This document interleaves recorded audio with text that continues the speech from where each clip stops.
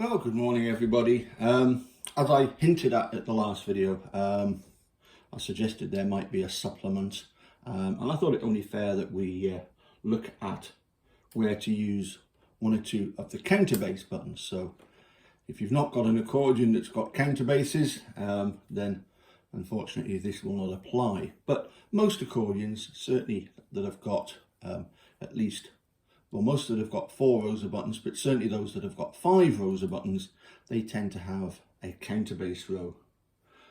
So anyway, here's some thoughts. And I want to point out, that music is an art. It's not a science. It's there are, for want of a better word, musical rules that we try and follow. To make something sound as good as possible. If we follow the basic rules of harmony, then that tends to be the effect, that it sounds good, and that's really what we're concerned with, isn't it? But as I've put here, the musical rules, they can be bent somewhat, bent to to fit the composer's needs, and even broken. So as I say, these are merely my thoughts and opinions, and other people have come up with their own version of both the melody, the timing, the harmony, the bass line for the Atholl Highlanders. But hopefully this version I've come up with makes sense. And so let's crack on with the. Well, before we do that. Some of my thoughts and opinions, if you like, some that I've hold true for a long time. One that I've not listed there, love of the accordion. For me, the accordion is the culmination of thousands and thousands of years of mankind trying to come up with the best musical instrument that they possibly can. Much as I love the guitar and the violin and stringed instruments in general, they descend from the first bows that the cavemen used to shoot rabbits. They discovered stringed instruments. So, as mankind has continually tried to evolve better and more sophisticated instruments, the accordion as we know it, which really came into existence in the early 1900s, is the most recently invented acoustic instrument. Obviously there's been electronics, but since the accordion there hasn't been anything invented acoustically. You've only got to look at the range of the accordion to realize how versatile it is. It's like a mini organ, capable of so much, a variety of different types of music. But as I say, that's really my sort of opinion. And as I say, I do enjoy piano, violin, guitar, etc. because there are some things that cannot be done even on an accordion. Another one of my sort of beliefs is that really music is fairly straightforward to understand. In music, we create and we resolve tension. We create tension by the use of discordant sounds, and we resolve them into concordant sounds. Discordant doesn't mean dissonant. It doesn't mean that it sounds unpleasant. Discordant merely means a chord which isn't at rest, that needs to be resolved onto something concordant. I know a lot of people out there who, family members, for example, who cannot make head nor tail out of jazz music. And I think one of the problems with jazz music is that the intention is to create tension after tension after tension, with very, very little resolving of that tension. When you listen to jazz, particularly when it comes to the solos. Anyway, that's just a sort of generalistic opinion. Another generalistic opinion is that music is made up of 4 main elements. We have obviously melody being the most important element of music. Without a melody, we don't really have much. Bass, for me, second in importance.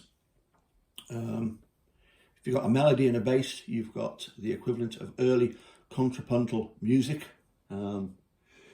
Then adding harmony.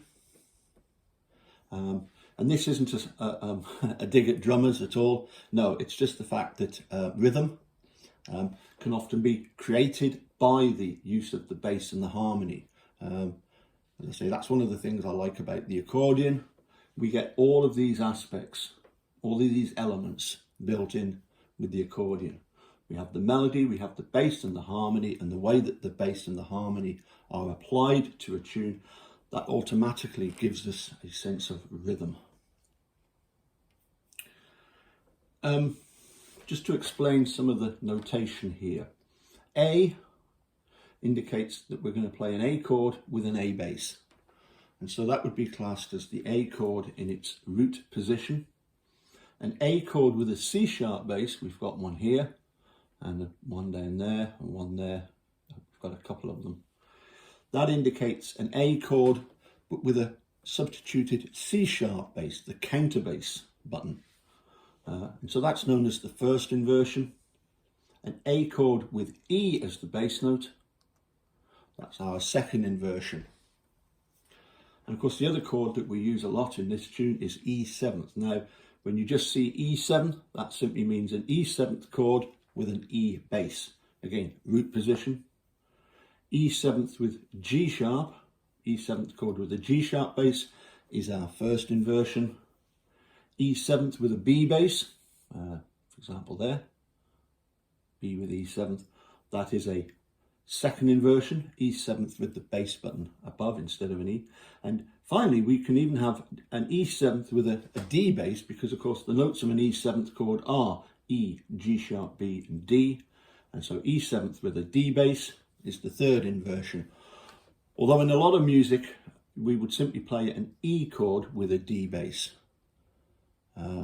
E7th chord with a D bass is quite a stretch, so often E chord with the D bass note is sufficient to give the effect of the E7th in its third inversion.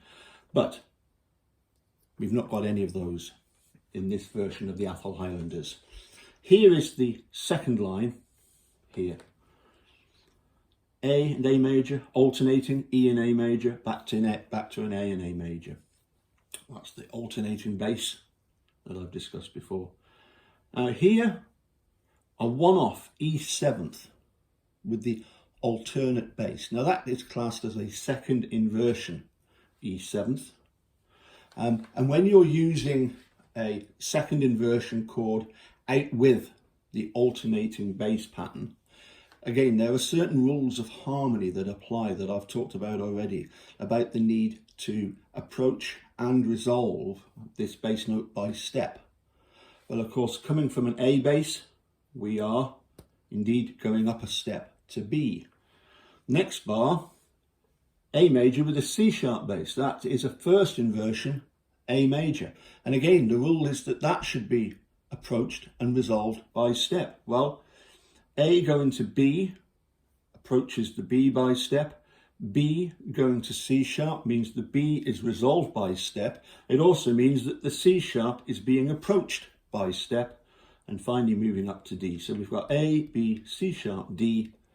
We are following the correct rules of music, which say that a second inversion and a first inversion, you should try and approach or resolve, or both, but it's still both, by a step.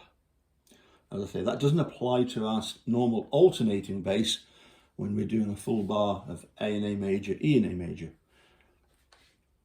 I think finally we'll demonstrate some of this. So let's just go through the first section. As I say, when we come to this bar here, A major, B with E7th, C sharp with A, to D. And the D then progresses upwards to E7th. So we've got the complete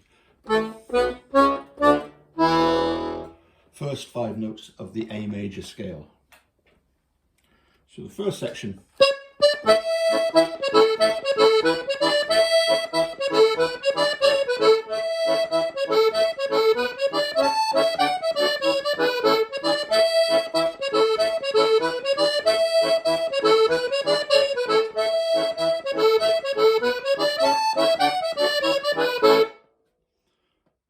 let's move on then to the second section.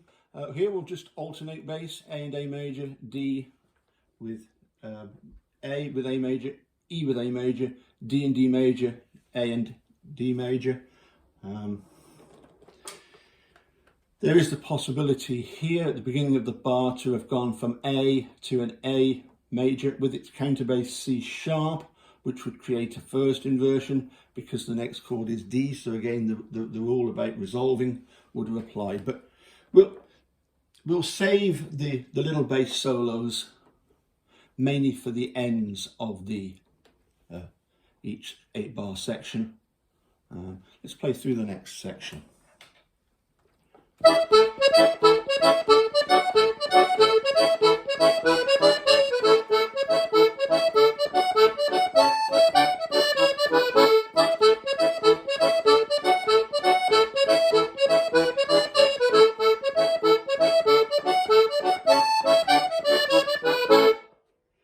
Okay, and then next section, of course, we've got a lot of this alternating A major, 3 bars worth in the first line, 2 bars worth in the second line, and then again we've got our C sharp and A major going to D, going to E, so we've got a nice little turnaround as we call it. Same here.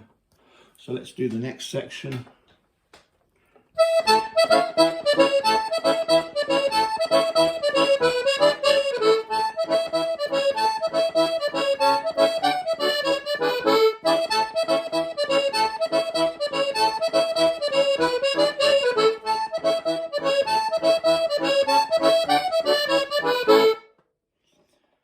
Final section.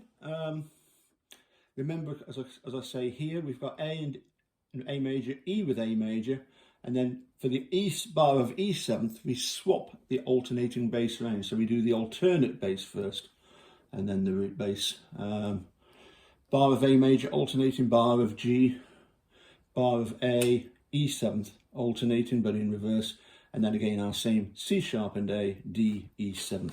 Let me play first of all this section as written, and then I've done a little alternative ossia. Oops, dropped it there.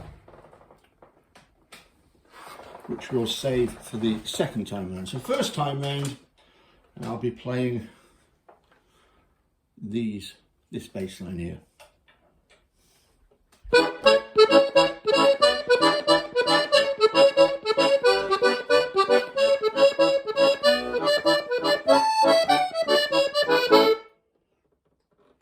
And then here, rather than alternating, to try and set up a really strong finish, strong bass line, keeping the A bass for both beats, keeping B with E7th for both beats, then the C sharp, then the D, and finish. Okay, so final section.